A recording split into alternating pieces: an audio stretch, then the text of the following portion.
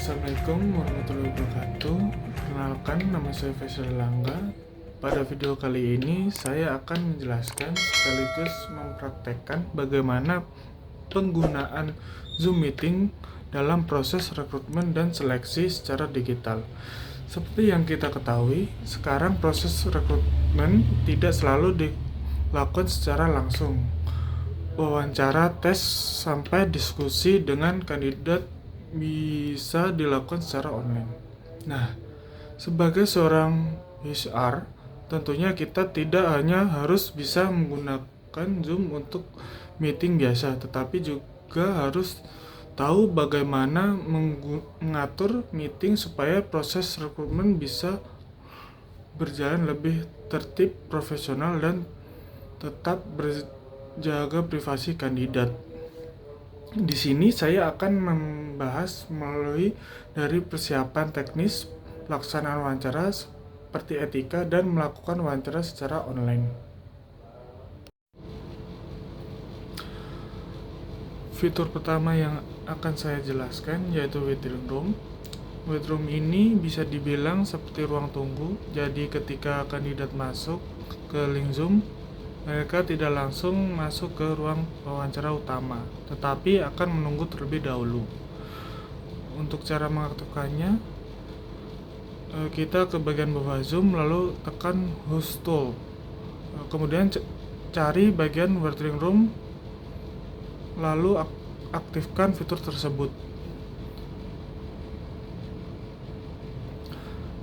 Kenapa fitur waiting room sangat penting? Karena HR biasanya mempunyai jadwal wawancara yang berbeda-beda untuk setiap kandidat. Dengan waiting room, HR bisa menerima kandidat satu per satu sesuai dengan jadwal yang sudah ditentukan.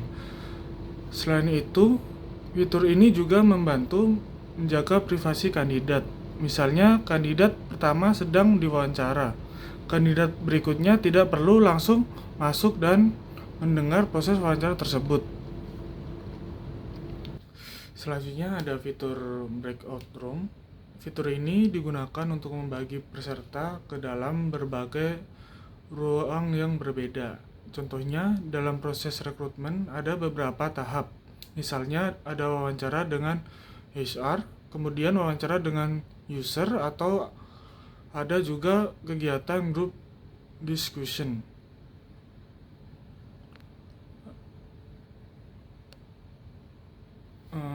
Misalnya di sini saya membuat room 1 untuk wawancara dan room 2 untuk wawancara user. Peserta kemudian bisa ditempatkan ke ruangan sesuai kebutuhan.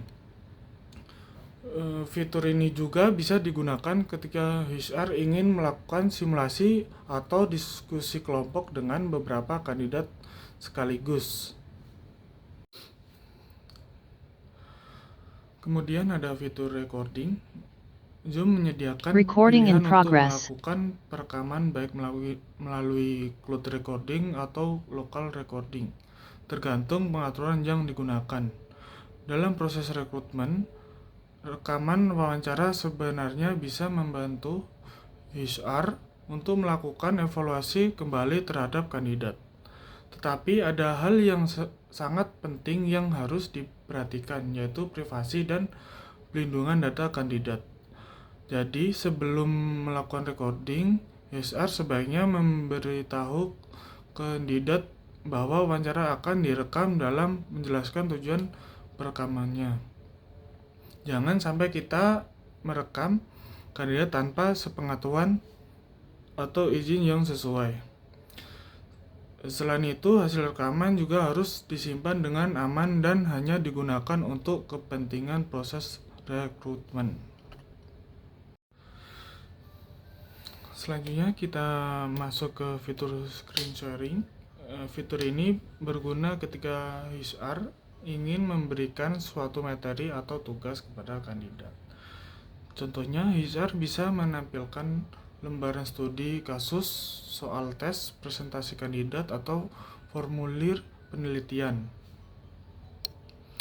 Misalnya saya sebagai HR ingin memberikan sebuah studi kasus kepada kandidat.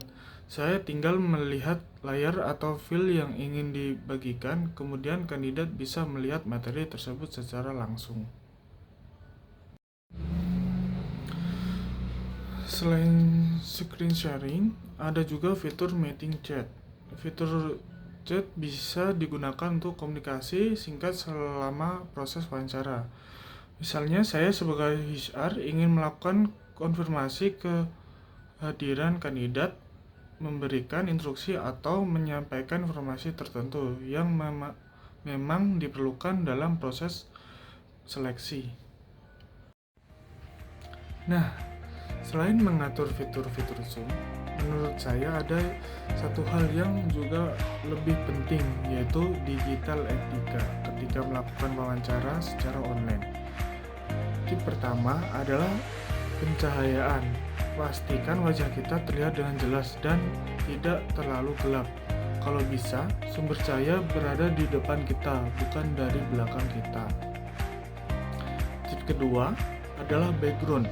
Gunakan background yang rapi dan profesional. Kalau memang menggunakan virtual background, pilih yang sederhana dan tidak terlalu ramai.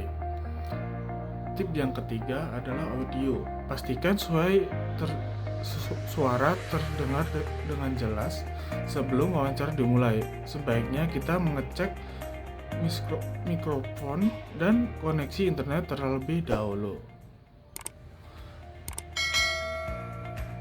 Tip keempat, gestur dan posisi tubuh. Walaupun wawancara dilakukan secara online, kita tetap harus menunjukkan sikap profesional, duduk dengan posisi yang baik, melalui arah kamera ketika berbicara, dan tidak melakukan gerakan yang mengganggu. Oke, jadi itu tadi penjelasan dari fitur-fitur Zoom. Dapat kita lihat bahwa Zoom Meeting bukan hanya digunakan untuk meeting biasa. Dalam proses rekrutmen dan seleksi, beberapa fitur seperti waiting room, breakout room, recording, screen sharing, chat bisa membantu HR membuat proses seleksi menjadi lebih struktur dan efisien. Tetapi penggunaan teknologi tersebut juga harus diimbangi dengan etika dan perlindungan data kandidat. Jadi sebagai seorang HR di era digital, kita tidak cukup hanya bisa menggunakan teknologi saja, tetapi kita juga harus tahu bahwa menggunakan secara profesional, aman, dan bertanggung jawab. Sekian tutorial dari saya. Wassalamualaikum warahmatullahi wabarakatuh.